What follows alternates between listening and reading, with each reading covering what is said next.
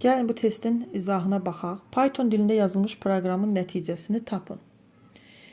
Baxaq. Def main fn ab.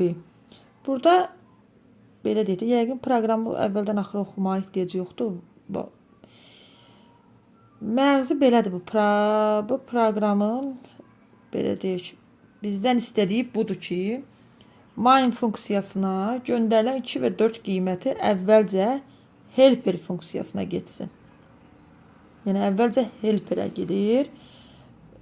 Çünki burada mainin daxilində helper çağırılır.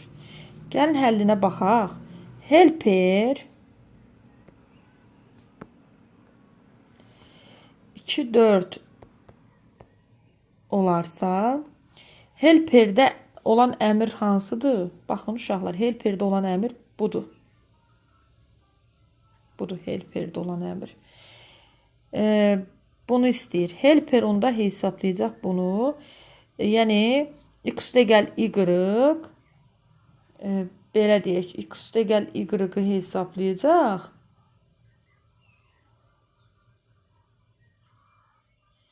Bu da eləyəcək 2 üstəgəl 4 6.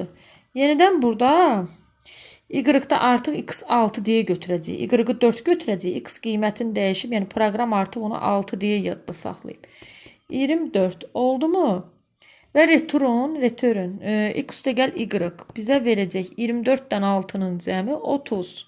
Bura kimi yəqin anlaşıldı. İndi qaydırıq bura maində hesablanmağa. Yəni helperdə daha doğrusu hesablamağa. Yəni helperi mainə keçirək. Belə deyək. Baxarıq burada biz aldıqmı? Aldığımız qiymətləri yadda saxladıq. 30. Son olaraq x-da aldığımız qiymətdir. Y-da üzr istəyirəm. Y-da 30. X-da nə almışdıq? Y-da 30. X-da 6 almışdıq. İndi gəlin qaydaq baxaq burada. Deməli, burada A bərabərdir. Yenə 2 4-dən söhbət gedəcək.